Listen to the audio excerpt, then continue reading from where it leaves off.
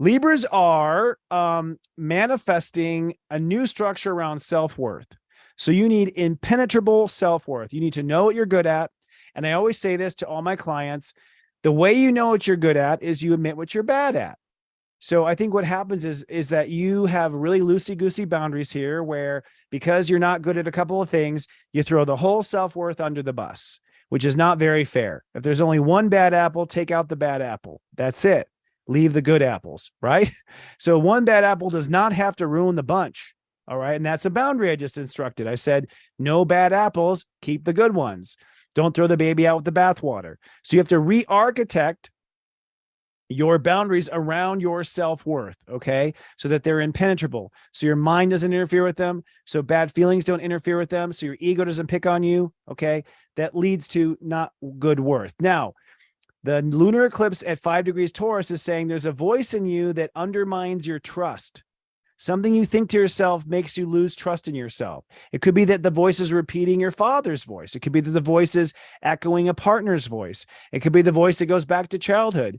But whatever that voice is, whatever that thought pattern is, it's screwing with your self-trust. It's messing with your boundary structure on the inside. It's undermining your boundary structure. It might be you talking yourself into a Twinkie when you told yourself you wouldn't have one, and then you eat one, and then you feel bad about yourself. It can be as simple as that, okay? But whatever that voice is, exit out. It's time for it to go because it's undermining what things are good for you.